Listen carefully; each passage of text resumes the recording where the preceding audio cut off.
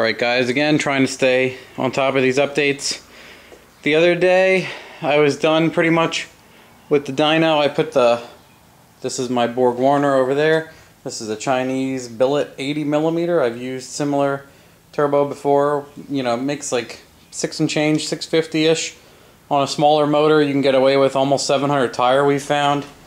And I have my iron 5.3 and my aluminum 5.3.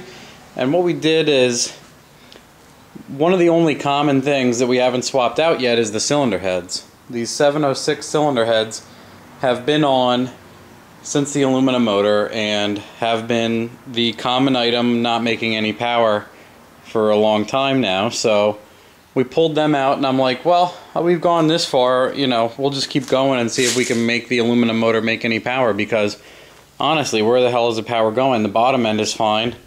So what we did is we took apart the heads just for fun, and you can kind of see in there's definitely some pitting in all of the valve seats, and on the valves themselves, you know, some of these we even cleaned up a little bit. Some look really terrible, but you can see all the pitting. So even though they had decent leak down, they must have been leaking a tiny bit. And what we did is, that's the other 706.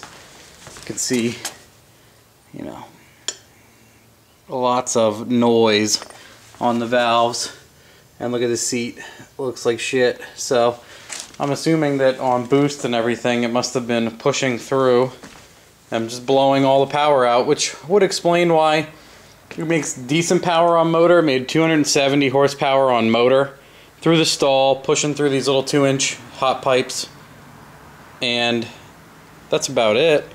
Not terrible, but it's kind of close to what I expected. And then when you have boost, it just makes shit for power. It makes like 8 horsepower per pound. It's really junk. So what we did is we got a set of 317s. It'll lower my compression a tiny bit, but it's worth the experiment to see what happens. And we lapped the valves, and we, you know, hooked them up to a power drill and ground into the head and cleaned everything up and swapped my valve springs over. So what I'll be trying is the Borg Warner again with the 317 heads, freshly lapped valves and all that shit. And obviously, again, if it does not work out, we will put this guy in, or similar 24 tooth motor. So that's where I'm at for now. Maybe next couple days I have some crazy work schedule stuff and my actual job coming up, so that'll delay me a little bit, and some tuning this week. So this guy will be on by the weekend for sure, and we'll know.